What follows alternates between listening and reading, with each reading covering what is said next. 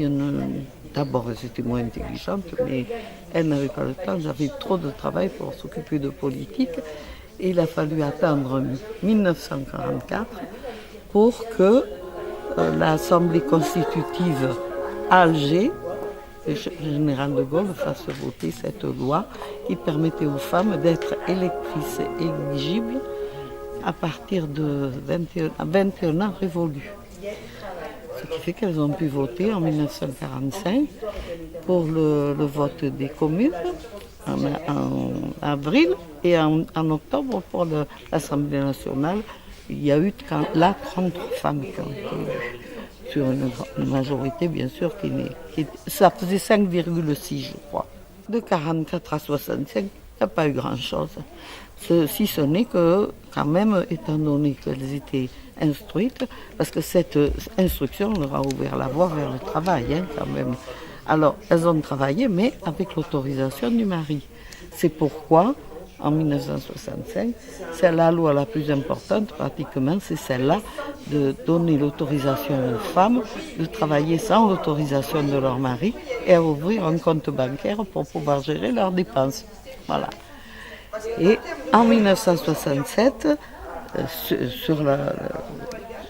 plutôt en 70, c'est la loi sous le gouvernement de Chaban-Delmas, alors là, qui encore a donné une certaine autonomie aux femmes en instituant l'autorité parentale et en enlevant la notion de chef de famille qui, quelquefois encore, est encore, on dit, le chef de famille encore quelquefois, alors qu'en réalité, dans un couple, le couple doit régir les dépenses, l'éducation, les choix de vie,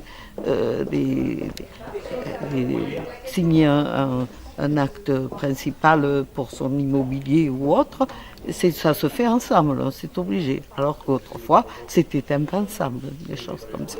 Après, c'est la loi Norwick, bien sûr, avec l'autorisation de la contraception, notamment la contraception orale, parce qu'il fallait se dire qu'il y avait une loi qui interdisait non seulement la contraception, mais même toute information sur une contraception qu'aurait pu donner un médecin ou autre. C'était dans l'illégalité s'il donnait une information. Donc là, c'est encore une période où quand même il y a eu un avancement parce que beaucoup de femmes ont pu maîtriser leur naissance et continuer à travailler ou être quand même moins, en faisant les tâches ménagères en même temps que leur travail, à être moins surbookées. Le dernier palier, alors, c'est l'IVG que Mme Veil a soutenu si courageusement envers et contre tout. Une Assemblée nationale qui était absolument contre et qui a été quand même sous conditions spéciales, parce que là on en a quand même parlé, on ne peut pas se faire avorter n'importe comment. Il y a aussi la question on ne l'a pas évoqué, moi j'y ai pensé, étant donné que maintenant les naissances, les naissances sont très surveillées.